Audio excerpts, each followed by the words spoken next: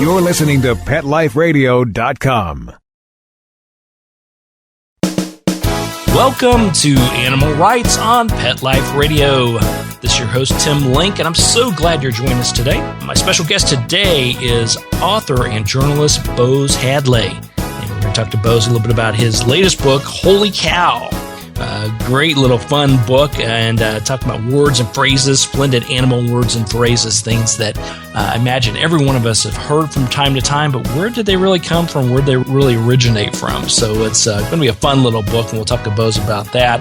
And we'll also talk to him a little bit about his writing styles and comparisons of writing books compared to doing some of the other work that he does for magazines and other publications. So it's going to be a great show. We're going to come back right after these commercial breaks. You're listening to Animal Rights on Pet Life Radio. Sit. Stay. We'll be right back after a short pause. Well, 4 to be exact. At Red Barn, our pet food ingredients work overtime. They aren't just there for show. Dandelion greens work to maintain a healthy digestive system. Salmon oil works to enhance the immune system. Green-lipped mussels work to support joint health. These hard-working ingredients support your dog's active, healthy life. Look at the label. We want you to. Red Barn Naturals Pet Food. Simply the best. Find it in your local pet specialty store. Try our grain-free stews. The only pet food with Red Barn bully sticks. You love your dog and getting kisses from them. But their breath can be downright stanky. Knock out their smelly breath with Stank Be Gone. Stank Be Gone is made with natural ingredients to eliminate their bad breath while helping to reduce plaque and tartar. Just add a capful to your dog's drinking water. Stank Be Gone is only $19.95. Use promo code STANK to receive a second bottle for just $5. Go to stankbegone.com today. That's stankbegone.com.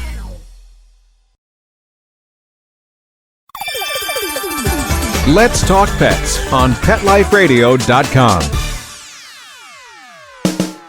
Welcome back. Welcome back to Animal Rights on Pet Life Radio. It's your host, Tim Link, and I'm here today with author and journalist Bose Hadley, talking to him about his latest book, Holy Cow. Bose, welcome to the show. Well, thank you very much. Glad to be on it. Oh, it's our pleasure. It's our pleasure. Well, tell us a little bit about the book, Holy Cow. Well, the reason I did it, it's fully called Holy Cow, Doggerel, Catnap, Scapegoats, Foxtrots, and Horse Feathers, is that there are hundreds of animal words and phrases and expressions like lame duck president, for one, that we hear and we usually don't know the origins of. And so I looked up in the library, was there ever a book all about this? And there wasn't. And this book is 100% animal-themed. So it explains everything from a horse of another color to freezing the balls off a brass monkey, which, by the way, is G-rated, the explanation, and just everything you could imagine. And it's in 5 chapters: dogs, cats, horses, other mammals, and then non-mammals. There you go. So, putting together, what kind of research went into this? Because this is the fascinating part of it, because it seems like there's so much into it. Yes. These terminologies and phrases have been around for the dawn of ages, we'll say. Centuries, yes. Yeah. So how'd you go about finding the details? I'll tell you, one thing I didn't do was go on the internet and then say, this is the explanation. With the internet, because it's not edited, unlike books and magazines and newspapers, you have to double and triple check things. For example, something like Ollie Ollie Oxenfree, which is a child's game like hide and seek. It comes from a mistranslation of a German expression. It's alle auch sind frei. Everyone is free to go looking for the person who's hiding. So it has nothing to do with oxen. Whereas, say, Oxford, like the university, that was a crossing for cattle, a ford where ox and other cattle would cross. No, it was mostly from books, lots and lots of books. So you had to spend a lot of time in the local libraries digging out these books, I'm assuming. Absolutely. Even books going back to the early 1800s. Just books on phrases, terminology, usage, books on specific animals, and of course then double-checking on the internet, also articles in newspapers like from the Sydney Morning Herald or the Los Angeles Times and so on. Yeah, and I think that's important. It's good point you're bringing up there to do the research, because putting together a book like this, it's fun, it's lighthearted, it's very intriguing because everybody stops from time to time and say, where in the heck did that word come from or that phrase came from? But I think in today's society, it's so easy for us to go on the internet, find information, whether it's right or wrong or indifferent, it's information, and just assume it's accurate. That's true. You always have to double-check anything, and for a book, even triple-checking, and all the more so when it has to do with words and expressions that have been around since, say, the 1500s, when many of them did originate. And one thing I found is that even though today we love animals and we treat them well, especially our pets, in the past, even dogs, man's best friend, if you look at all these words and expressions about dogs, they reflect the contempt for dogs at the time. There you go. And so we often think it's some of these terminologies are a positive or a fun thing, but actually they have a much, much deeper meaning than that. Oh, yeah, like to say someone is a lucky dog means they don't deserve their luck, because neither would a dog. And again, remembering that all these things were coined centuries ago, when animals had to earn their keep. If you had a dog, it had to be a watchdog. If you had a cat, it had to kill rats. Right. And if it didn't do anything of the sort, then it wasn't much of a dog. Right. And it was kicked out, often literally, yes. Uh-huh. Yeah, exactly. So it's real fascinating how that comes about. So what fascinated you most about this book? Was it an aha moment? It's like, where did that phrase come from? So you decided to investigate it, and then found out there was no other books like this out there? Well, that's the thing that surprised me, that there was no other book like this. There was a book I read, very interesting, called Red Herrings and White Elephants, and both those are, of course, in this book. Anything you can think of, it's virtually in the book. But I checked it out, I enjoyed it, but it was only about half about animals. This is totally about animals. Something else that intrigued me was the facts. It has hundreds of little info bites in this book. For example, if you ask, what color is the skin of a polar bear? Well, naturally you think white. It's black skin. Right. But every little fur, every little hair on the polar bear skin is a hollow tube that reflects the sun's rays to warm the polar bear. And because of reflection, we see it as white. But if you removed all of its fur, it would be a black bear. There you go. So fascinating things about this. So then putting together this book, tell us a little bit about, obviously, you've written a lot of books, 15 books, I believe it is, up to date. Yeah, this is number 20, yes. It's number 20, so we're up to 20 now. Yeah. So what gives you, as a writer and as an author, what gives you your motivation? Because the books have been all different types of books that you've written.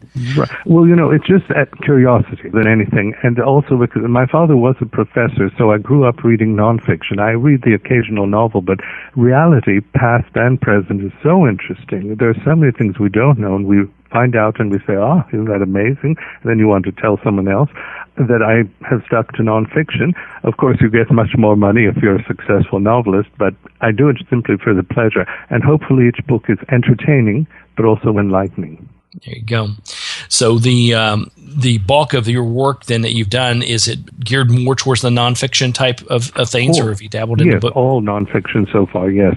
A lot of it has been show business. This book has almost no show business in it, so that's different. But because I grew up in Santa Barbara, I had two British grandmothers, and I wasn't born in this country, but I grew up in Santa Barbara, 90 miles from Los Angeles, and there were many stars who would come to live in Santa Barbara or retire there, or they would film there. So you had everyone from John Travolta to Ronald Reagan, Rosalind Russell, Jane Russell, and so on, and sometimes one would meet them or interview them. And then would most of those publications go into the newspapers, or did they develop into a lot more than that? Right, either papers or magazines, and also here and abroad, because there's a lot of interest in Hollywood internationally, so it might be a Japanese newspaper or a British magazine, or of course it can be syndicated in many countries. And then when you write for the different publications, are most of these you have standing correspondence with regular contributors to, or is it a matter of you think that would fit a certain type of publication, and so you approach them? Well, that's true. If you get a certain person and they're, let's say, an older or retired movie star, that won't probably go on the cover of People. It will go into something like Art Magazine, which is for seniors, say. It depends. But for the last several years, I have been focusing books because they take a lot of time to do, and I'm very This book I found it the most fun to research of any book I've done, because the result, it's just a lot of fun and interesting information. Yeah, absolutely. Absolutely. All right. Well, listen, we're going to take a quick commercial break. We'll come back with Bose Hadley, tell him a little bit more about his book, Holy Cow. And then I want to dig more into that whole aspect of what's like to write a book compared to writing for magazines. What's it like to be a true journalist? We'll put little quotations, little hyphens behind that, compared to doing some of the other things that he's done. So everybody just hang tight. You're listening to Animal Rights on Pet Life Radio. Sit. Stay. We'll be right back after a short pause. Well, 4 to be exact. My golden retriever, Sundance, is a lot more playful now. She has more pep and energy than I've seen in years. Tons of energy. Petey is having fun again. He's got a shiny coat and a good healthy weight. Molly's been having 4 scoops a day. She pushes her little bowl all the way across the room, emptying every last single crumb. She has slimmed down and gotten this puppy look. She's got life. She's got energy. She's got stuff to give. We get asked all the time when we're at shows, how do you get your dog so healthy and shiny and glossy? DINOVITE.com. 859-428-1000. The omega-3 fatty acids, Flaxseed, zinc, alfalfa. the digestive enzymes that are cooked out of regular dog food. Family will be on Dinovite for the rest of his life. Just feed your dog right. Use Dinovite. If it's working, don't quit. 859-428-1000. 859-428-1000. DINOVITE.com. Hey everybody, this is Tim Link, the host of Animal Rights on Pet Life Radio. Got some exciting news for you here today. My audiobook is now available. Wagging Tails, Every Animal Has a Tail is now available in audiobook form through audible.com, amazon.com, and iTunes. It's a collection of 32 conversations I've had with the animals. It's a fun, interesting, heartfelt book that's suitable for all age groups. So everybody pick up a copy of the audiobook, Wagging Tails, Every Animal Has a Tail. You'll be glad you did. Let's talk pets. Let's talk pets On Pet Life Radio. Pet Life Radio. PetLifeRadio.com. Welcome back. Welcome back to Animal Rights on Pet Life Radio. We're here with Bose Hadley. Talk to him about his latest book, Holy Cow. Tell us a little bit from your perspective how you go about writing. Are you one of these dedicated writers that has to put 500 words, 5,000 words down on paper every day? Or is it more of a less structured and approach that you go about doing it? Yes, less structured. I mean, you can do the other, but, I think if you're writing a novel, then probably that's the best way to do it, to have a quota to fill every day. But with this, there'll be some days when you find a lot of material for a book and other days when, something didn't work out or what you thought was the right explanation wasn't, so you discard it. Also, I just want to mention one thing, Tim. This book is titled Holy Cow, but it's not the only book with that title. Earlier this year, last year now, there was a novel by the actor David Duchovny called Holy Cow. And then there have been other books called Holy Cow about India, where the cow is sacred. And so this is Holy Cow with an exclamation mark. So just making it clear, it's not the only Holy Cow book, but it is the only one about animal words and expression. Right, where the word Holy Cow came from. So, yeah. And of course, for me, being a baseball aficionado or a nut, being a former semi-pro baseball player myself, I remember Harry Carey, the famous announcer for the Cubs and Cardinals before that, saying, Holy Cow. And that's what strikes me first of all. But I've never, it's one of those words I will have to say is like, where in the world did that come from? Well, it's simply that in India, the cow, because it's the source of so many things, fertilizer, butter, meat, and milk, and so on, although most Hindus are vegetarians, it is considered sacred. So when you say holy cow, it's also like saying holy mackerel, which referred long ago to Catholics eating fish on Friday. But here's the interesting thing. The expression sacred cow is the opposite of holy cow, because when you say a sacred cow, it's negative, and it means something you can criticize, and usually do, but you can't do anything about it. For example, if someone says, well, we should spend less on the military, but it's a sacred cow, so nothing you can do about it. Now, when you started doing the research for the book, how many of these terminologies did you actually know where the background came from, what you thought the background came from? Well, less than half, because there are so many. There are literally hundreds of them. For example, everyone's heard of a quack doctor. It has nothing to do with ducks. It has to do with an old expression, quack salver. To quack used to mean to peddle, to sell. And salver, as in salve or ointment, was a medicine. So a quack salver was somebody who peddled medicine that didn't work. And eventually this got transferred to doctors, although now it means an inept or incompetent doctor. So, again, as you say, we've heard many or most of these, but where they come from is something else. Sounds fascinating. Well, then the thing I want to ask you about then is writing. You mentioned you're doing a lot more writing for books right now compared to magazines and articles of the sort. Compare the two. I know that sounds very simplistic. It's like, well, you put more into a book, more time, and compared to an article. But the nuances of writing and how you have to approach it and the tense of writing is much different, I would imagine. Yes, because in articles you can't really go into detail. You have to give a lot of information quickly, especially if it's nonfiction, say reporting for a newspaper. The first paragraph ideally should tell the what, where, who, when, why, and so on. You don't always know the why, but the other facts. I got my master's in journalism at San Jose State University, and so we learned that early on. And when you are starting out and you do articles, a 1,000-word article, that's one thing. Then you're given a 5,000, and you think, oh, my God, that's terribly long. And, of course, then the thought of a book with 50, 60, 70,000 words is very daunting. But you work your way into it. And as with anything, the more you do it, the better you get at it. Very good. Yes, absolutely. Yeah, I found, I write for a lot of magazines. I've written for newspapers. And of course, I do a lot of nonfiction myself. And I always find the two much different, the approaches to it, because it's there are some nuances that are absolutely the same. The research, as we'd mentioned before, is a very important part of it.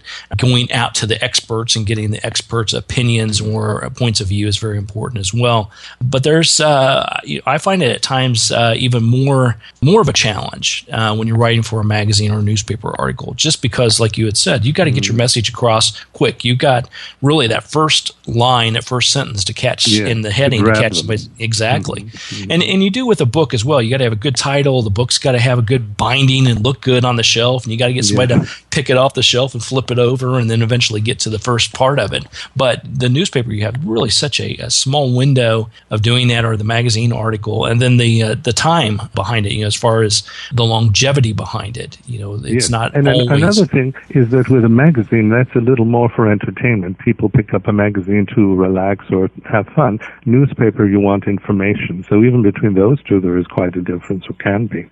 Yeah. Absolutely. So now when you're talking about writing more for books nowadays, is that just because where you're at in your writing and creativity right now? Yes, but also it's because there is more competition. When I was starting out, I was able to make a good living at it, just being a writer. And today I think you'd have to have a second job. And also because so often with a magazine, say, they want a staff writer to go out and do the article or interview somebody. Whereas a book, you do your own book, and that's another thing. You're your own, so you don't really have to say, well, what about this, what about that? You do the book, and then you take it to the editor, and then, as you know, then they say, well, yes, maybe change a thing or two here, but for the most part, it's your work. I've had some magazine articles where when they are printed, half of it isn't what I wrote. They changed it so much. Exactly. Mm-hmm. And hopefully you got the paycheck, so it's that one gets all of. That's right. Gets the little sting out of it, when they change it around so much, like, okay, I got paid a little bit for it. But I think that's a fascinating time we are. Obviously, I haven't been writing as long as you have, but even in a short period of time that I've been doing it over the past decade or so, it's fascinating for me to watch, and just in the fact that there are so many more opportunities and so more avenues where you can get your message out there. But yes, with the internet, yes. And so on. Exactly. Mm-hmm. But obviously, from a financial standpoint, makes it a little bit more challenging because, some newspapers, magazines, online magazines, these type of things are more worried about getting quick content out there, keeping people motivated, more so than maybe getting quality content out there at times. Hopefully none of the magazines I write for are listening at this moment. Hopefully, yes. It so much depends on the subject, though. And this is something, over 90 million Americans have pets, dogs and cats, very often together. And so when you have a subject that's of interest to people, it's a lot of fun because, you're writing for people who are interested and you're interested, and you're giving them new things they didn't know. So it's entertaining, but also it's very informative. One librarian told me, we don't tell the kids that this book is educational, although it is. We just say, look at this or look at that, and when I've spoken at libraries, lots of kids and teenagers have questions, and they end up having more respect, say, for animals and how unique they are, and also, of course, learning more about the language of these expressions. So it's a lot of fun for everybody. Yeah, I think it is too. And it's a fun book to be able to get those things across. So especially if they can learn from it and maybe even outsmart their parents.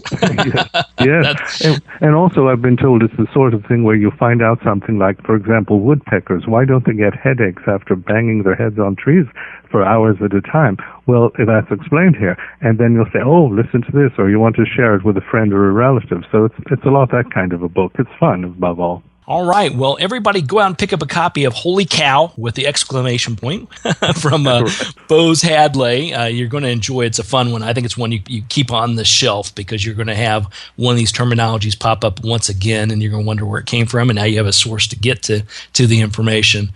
Bose, tell us a little bit about how people can find out more, to purchase the book, find out more about what you've got going on, and keep up with all your wonderful activities. Well, very simply, either a bookstore or online at Amazon.com and so on. Anyone can order it for you. It's not self-published. It's via a publisher in New York, which is called Sky Horse Publishing. Mm-hmm. And in fact, the third chapter is all about horses. And so anywhere that you can get books. The next thing is a book called 492, as in 1492, Columbus, Great Things About Being Italian, because there are about 19 million Italian Americans, and also many who are half Italian on their mother's side, so you wouldn't know, like Bruce Springsteen, Cyndi Lauper. You wouldn't know from their last names because they're their father's last names. So that's, and it's a book not for Italian Americans only, but, we all know about Leonardo da Vinci, Leonardo DiCaprio, and of course the great foods and art. So that's the new one. Very good. And that's out on the stands now, or due to come out this year? Yes, it just came out. And the same publisher, Sky Horse, again, available bookstores or online. Fantastic. And Bose, do you have a website or a... No, I don't actually, because the thing is then you have to spend a lot of time with that. I'd rather spend it doing the books and making them as good and interesting as I can. There you go. That's fine by me. I understand how that works. Yeah. Well, everybody, once again, pick up a copy of the book, Holy Cow, exclamation point, publishing house, Sky Horse Publishing. It's Bose Hadley. You're going to have fun with the book and definitely take a look at all of his other wonderful writing out there. Bose, it was a treat to have you on the show today. I appreciate it very much, and we'll look forward to speaking with you down the road the next time. Well, thank you very much, Tim, and good luck. Well, we're coming to the end of the show today. I want to thank everyone for listening to Animal Rights on Pet Life Radio. I want to thank the sponsors and producers for making this show possible. To find out more about me and all the other wonderful shows, you can go to PetLifeRadio.com, click on the Animal Rights icon, and download each and every episode. And while you're there, make sure you check out all the other wonderful shows and hosts on Pet Life Radio. That's PetLifeRadio.com. If you have any questions, ideas, comments, people you want to see on the show, you can email me. Email me at tim@PetLifeRadio.com. And I'll be glad to answer your questions, entertain your comments, and bring on the people you want to hear from most. So until next time, write a great story about the animals in your life. Share it in a blog, an article, or in a book, and who knows, you may be the next guest on Animal Rights on Pet Life Radio. Have a great day. Let's Talk Pets, every week on demand, only on PetLifeRadio.com.